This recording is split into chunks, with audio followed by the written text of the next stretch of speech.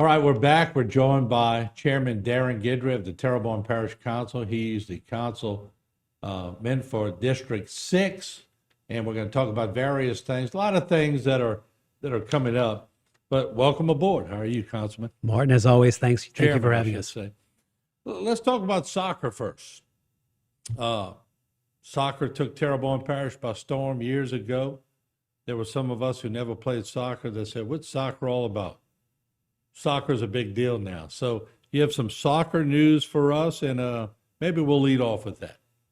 Yeah, there was some capital outlay dollars that fortunately Representative Tanner McGee, working together with Representative Zarang, was able to get to improve our soccer facilities, to add some soccer fields, do some lighting. And tonight we will go ahead and award that to LA Contracting. That will begin the process. So the construction's on that will begin. They'll also extend the road to the backside of the soccer field. So we have some more construction that'll be going on in the Bayou Country Sports Park. So that's a good that thing has positive really grown. It's really taken off. And did you ever think soccer would become so big in Terrebonne Parish?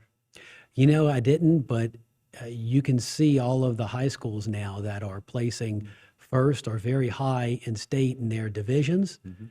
And you can say we have a good soccer program in Terrebonne Parish. And part of that is, of course, the facilities, and of course, the Home of Terrebonne Soccer Association does a great job. So we have a good farming system for soccer, and it's growing bigger and bigger, and who knows, it could overtake football one day. Yeah, they got many coaches out there who have many state championships. So congratulations to them. One of the things I want to morph to has nothing to do with soccer, but it has to do with buildings in the parish. As we all know, the storm damaged many buildings. I have one right next door that I own that we're trying to get insurance straight before we do the thing that we have to do with it. But so many buildings are out there that are just nothing is happening with them. Have y'all taken any action on those yet? The condemnations, I guess, is what I'm talking about. Right. And what happens when we have a storm like that, there's a moratorium on any condemnations because naturally, buildings get damaged until the end of the state of emergency. So I think the state of emergency ended around March, if I remember correctly. And then after that, we began scheduling our condemnation hearings. The last condemnation was some of the properties that were not storm damaged, but from before they got caught in the moratorium. And now we're going to begin taking care of a few more of those that happened before, and some from storm damage. And we have several residential structures, a lot of rental structures, but we do have a couple of commercial locations, sites, that have been an eyesore for a very long time. And that will be on our agenda tonight to send to a condemnation hearing. And one of those will be the commercial site that is at Howard Avenue and Main Street. That was a Sunrise Fried Chicken, and it was a convenience store. Although it was not owned by the Sunrise Fried Chicken people. I think it's owned by an out-of-town entity, and they've just never invested any money in it. And it's been an eyesore, and that's a very big intersection, Howard and Main. The second is a property that we all know has been an issue in Terrebonne Parish, which is the Sugar Bowl Motel. And Councilwoman Jessica Domang has been proactive on that to try to clean up the area of her district, that she has done a great job, and that will be on our list tonight in committee to send to condemnation.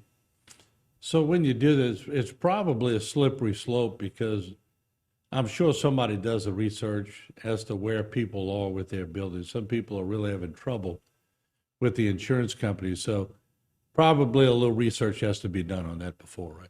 There's a good deal of due diligence, and that, people will call me and report a building that needs condemnation, but it takes us 6 months before we could even get to the point to where we could call a condemnation hearing. You have to mail out a notice to the owners, and sometimes the owners don't live in the property that's going to be condemned because they moved there, storm or whatever. Then we have to wait till that comes back undeliverable. And I believe there's a second attempt they have to do at delivering. And when they get two back as undeliverable from the post office, then they proceed with the next process. So it can be a kind of a long process, and it takes a while, and it drives us nuts because these are ugly structures that take away from the character of our community.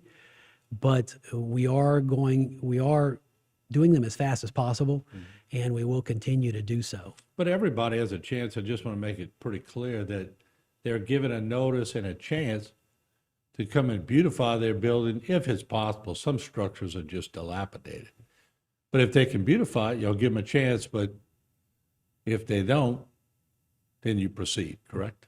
Correct. There are steps that we give them that they have to do to bring their building into compliance. So it's not necessarily that the whole thing has to be renovated, but the outside structures have to be secured, right? It has to have a roof, and it has to qualify to be able to receive utilities, electricity and such.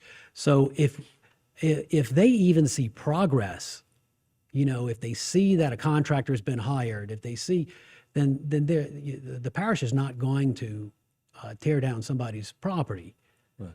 And usually these properties, especially the commercial properties that we're going to tear down, they're really not worth repairing. Let's jump to the power plant if we could first. 1936 Homa Light and Water Plant. What an interesting building. Take us up to, bring us up to speed on that, because some things are being done and it's a possibility that we're going to see this thing refurbished. Is that true? Well, we have a lot of our infrastructure that was damaged as a result of the storm, and we have a lot of FEMA funds available. And, we've had this it's the 1936 Art Deco Homa Light and Water Plant building. And this is, I guess, the old water plant before the new plant was built, which was in the back, primarily used for storage. You see the photograph there. It's used for storage and such. It has not been operational, but yet this is an asset of Terrebonne Parish. I mean, it's a historic asset that could be turned into either some type of museum. It also could be turned into an area with restaurants or shops. And these are the type of quality of place things that we're looking to do in government in the future. This is going to be a big deal. And tonight at our Budget and Finance Committee meeting, we will be hiring the architect to begin to look at this design of this building, how we can improve this building, what it's going to take to, of course, repair any damage that happened to the facility, but also its business uses. Some of the things that the firm is identifying to us that they out the bat that it could be used for is it could be used for multi-vendor food markets. It has access to both Highway 311, Highway 182, and it's right next to Bayou Black. So it could offload, seafood could be offloaded right at that facility. So who takes ownership of that if it's refurbished and use FEMA monies, and let's say the parish owns it or whatever? The parish leases it out at that point? Correct. Well, the parish, usually through a cooperative endeavor agreement with, either downtown business, a group, which we formed, as part of the state, or it could be Terrebonne Economic Development Authority, or, Right. It didn't necessarily have to be within the parish, but we need to look at the options, and they are going to do workshops. This architect firm's going to do workshops, and they're also going to we're going to talk to the community to see what the community wants, what they need. And regardless, it's still an improvement to Terrebonne Parish. It's part of our history. We're celebrating this weekend. We have the parade and such for the 200th anniversary of Terrebonne Parish. We don't need to destroy all of our architecture from 1936 if we can use it and maintain it. And, our old courthouse has an appeal to it and a look, right? And if it were damaged, we want to fix it. Well, you're sitting in an 1856 building right now. So it's amazing how they knew how to do things top notch. And this is a case in point. You're building right here. A better use of facilities. You've utilized this. You've made it a part of downtown. And this is what we need to do with all of our buildings throughout downtown and this power plant, which, of And course, we is know on it the can 311 sustain a area. Cat 5 now. We know that. Because I don't want the Cat 5. All right, let me ask you this, Darren, if we could. And we'll bring up a picture. We're going to talk about lights. Well, the lighting situation after Ida has really made everyone think about how could lights become so complicated, but they can. It's just a lot of little twists and turns to the lighting situation, isn't it? Correct. And in our city of Houma Utility Systems, we have 2,000 street lights out. We also have 400 decorative lights, which you see on the left is a decorative light. And the other pole leaning would be considered, I guess, our standard underground lighting. It's not on a creosote pole. It's a fiberglass pole. These are made of fiberglass and they're made of aluminum. So we've done, we had to hire a firm to actually do a photograph and identify each single light in Terrebonne Parish in the city system. Mark whether it's damaged, whether it's leaning, and we're out to bid right now on the, what we call the standard street lights. And we're soon to go to bid with the decorative lights. Now, both of the lights you see right there are in the Entergy's territory, not the city. Right. But we've always known that we had to maintain the decorative lighting. So what you see there, that's a light in Sugarwood.